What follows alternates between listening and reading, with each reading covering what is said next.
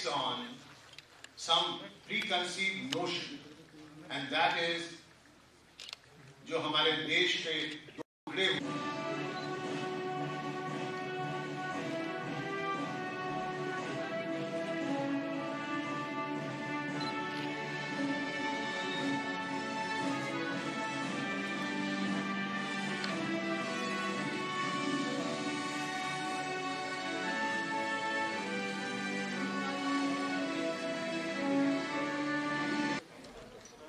in the trying events of 1947, 22nd October.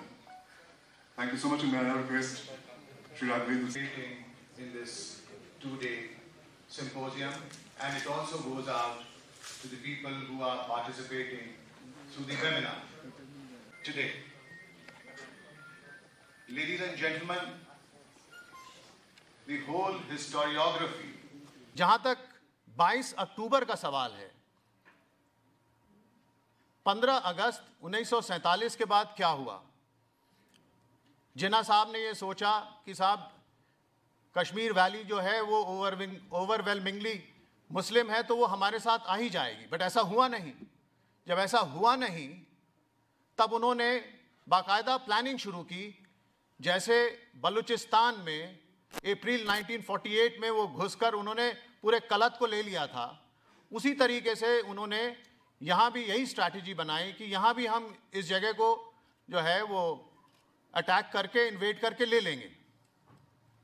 और मुजफ्फराबाद में जो हुआ, उसके बाद उरी में जो हुआ, उसके बाद बारामूला में जो हुआ, ये कुछ लोगों को तो पता है लेकिन ज़्यादातर लोगों को पता नहीं है। अक्रॉस रिलीजन लोग मारे गए, देयर वाज रेप, प्लंडर। जो पाकिस्तान ऑक्युपाइड कश्मीर है वहाँ पे एक अली बेग कैंप हुआ करता था। उस अली बेग कैंप में हज़ारों की तादाद में यहाँ से औरतें ले जाई गईं, और ये नहीं कि फिर वहाँ से औरतें वापस आ गईं। जब वहाँ उस कैंप में औरतों का नंबर कम हुआ, वो औरतें यहाँ वापस आई नहीं, वो कहीं और चली गईं, उनको बेच दिया गया। क्या हुआ उनके साथ कुछ पता नहीं है। तो ये सब स्टोरीज, ये सब जो नैरेटिव है, ये लोगों के सामने आना चाहिए। तारीख के पन्ने अभी जो सेक्रेटरी साहब ने यहाँ पे उभारे और उनमें से जो फैक्ट्स आपकी नोटिस में लाए, वो तो सबको उसकी बखूबी इल्मियत है। मैं सिर्फ यहाँ पे 2 मिनट के लिए ये जो 22 अक्टूबर 1947 को यहाँ पे जो इवेंट्स हुए, क्योंकि मैं यहाँ का एक लोकल बाशिंदा हूँ, मैं यहाँ पैदा हुआ, मैं यहाँ बड़ा, और मेरी फैमिली यहाँ की है, जैसे आप लोग यहाँ के हैं, तो हमको उन इवेंट्स के साथ एक बखूबी वाकफियत है कि यहाँ पे एक्चुअली क्या हुआ। क्योंकि जो आई विटनेस अकाउंट्स थे, जो हमारे बाप दादाओं ने हमको सुनाए, जो हमारे रिलेटिव्स, जो कुछ उनमें से अब तकरीबन सब गुजर गए हैं, ज़्यादातर जो उन्होंने यहाँ पे अकाउंट्स दिए, वो डिस्क्राइब करता है दुश्मन की चालों को, पाकिस्तान की चालों को और उनके नेफरियस डिज़ाइंस को, जिसके तहत उन्होंने 22 अक्टूबर 1947 में ट्राइबल्स और मलेशिया की मदद से यहाँ पे रेड किया, ख़ास तौर पे जम्मू कश्मीर के इलाके एनेक्स करने की कोशिश की। और इन दैट प्रोसेस जो यहाँ पे जेनोसाइड हुआ, लूट और प्लंडर हुआ, उसकी मिसाल दुनिया में शायद ही कहीं पे हो।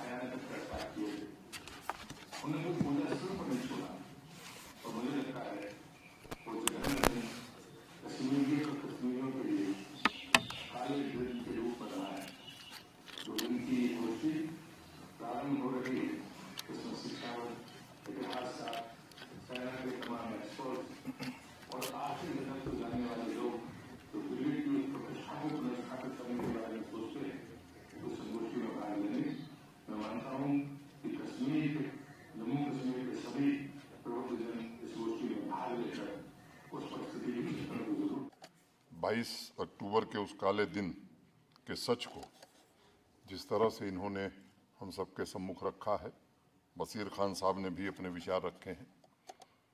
मैं समझता हूं कि ये 2 दिन का एग्जीबिशन और इस सिंपोजियम के माध्यम से कश्मीरियत और कश्मीरी अवाम पर पाकिस्तानी हुकूमत और उसकी फ़ौज द्वारा किए गए जुल्म, हज़ारों बेगुनाहों और मासूम बच्चों के कत्ल, हमारी हज़ारों मासूम बेटियों और बहनों पर किए गए बर्बर अत्याचार की भयावह और गमगीन दास्तां निश्चित रूप से बयां करेगी। 73 सालों में पीढ़ियां बीत गईं, लेकिन दर्द नहीं गुजरा। जो जख्म दिल पर लगे हैं वो आज भी ताजे हैं।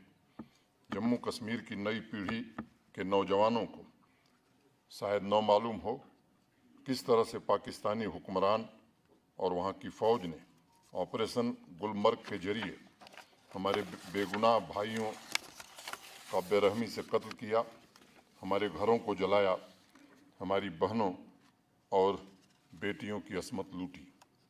इसलिए जम्मू कश्मीर के इतिहास में पहली बार हम अपनी नई और पुरानी पीढ़ी को इस सिंपोजियम और एग्जीबिशन के जरिए यह याद दिलाना चाहते हैं कि सर्वधर्म संभाव, बेपनाह मोहब्बत, सूफीज़म की इस मिट्टी को पाकिस्तानी फ़ौज के आकाओं मोहम्मद अली जिन्ना और उसके लश्कर ने किस तरह से 22 अक्टूबर के काले दिन को मासूमों के खूनों से रंग दिया था और सदियों से एक धागे में बंधे भाईचारे को नफरत में बदल दिया था।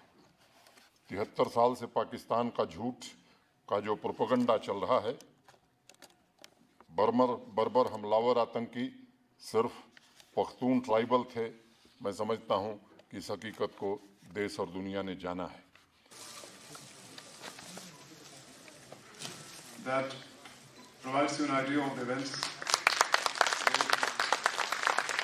terrifying and horrifying events of 22nd October 1947, and also goes on to enjoy to all of us that this National Symposium, an exhibition on the memories of 22nd October 1947 is being organized in SKICC by the National Museum Institute. It is an attempt to deliberate upon the records, facts and events ignited by the deceitful attack on Kashmir on 22nd October 1947.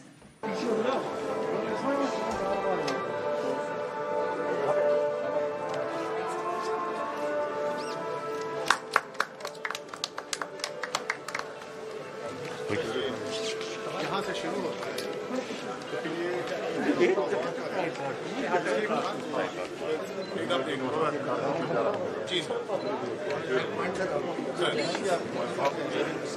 इसके sir original footage जो है वो सब आएंगे। इसकी वजह से अहमदाबाद के बारे में सर मेहर चंद महाजन अभी सर वो एक कर्नल ASP शाह, इनका नॉर्थ वेस्ट फ्रंटियर में उतना ही खराब हो, और ये कैसे कैसे आए और कहाँ कहाँ क्या हुआ, ये पूरा जो है ये उसमें श्रीनगर में क्या हुआ, कैसे हुआ।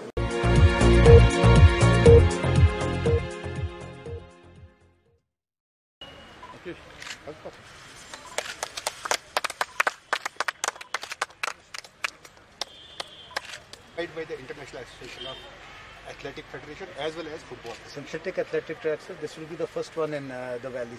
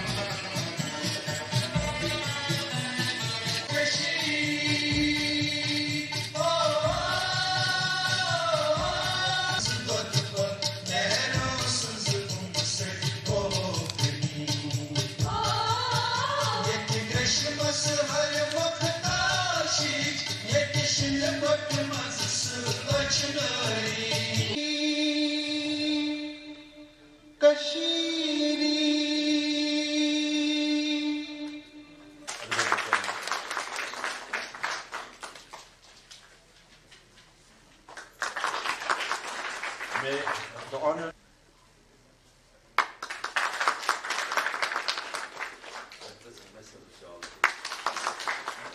Faculty of Kashmir University and friends.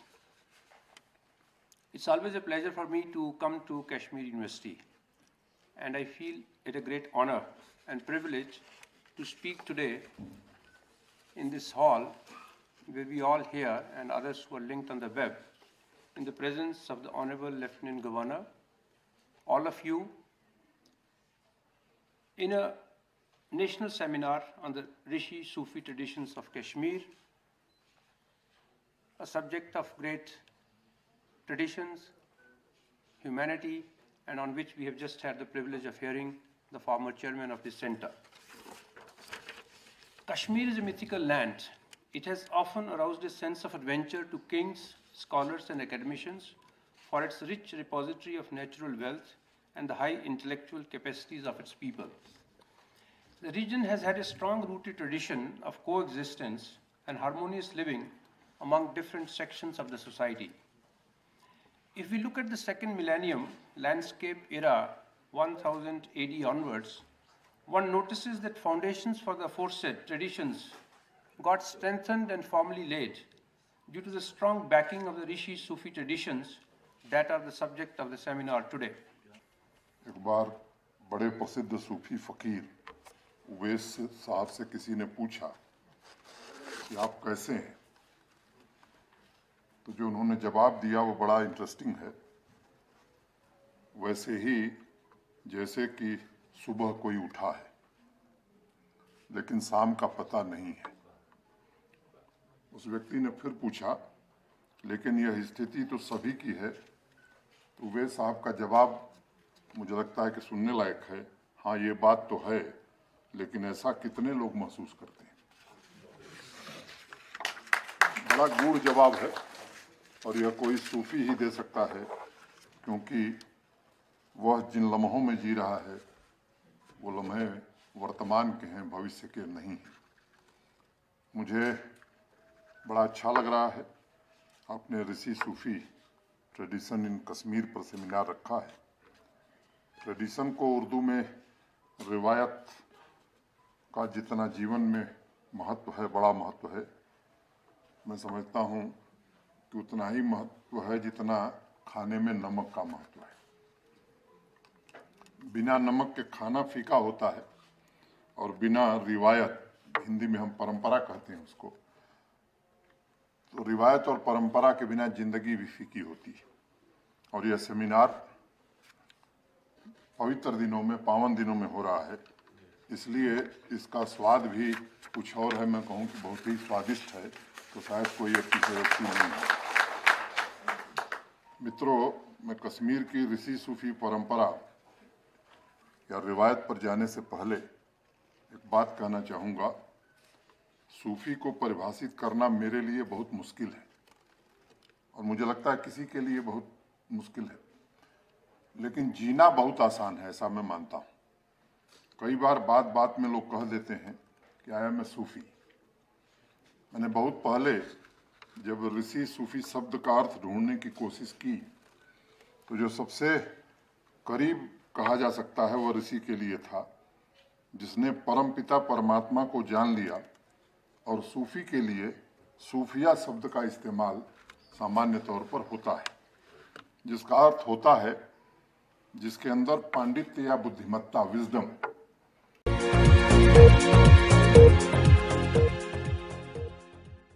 का जन्म हुआ हो। जैसे कवि महात्मा बुद्ध ने कहा था कि बी ए लाइट अनटू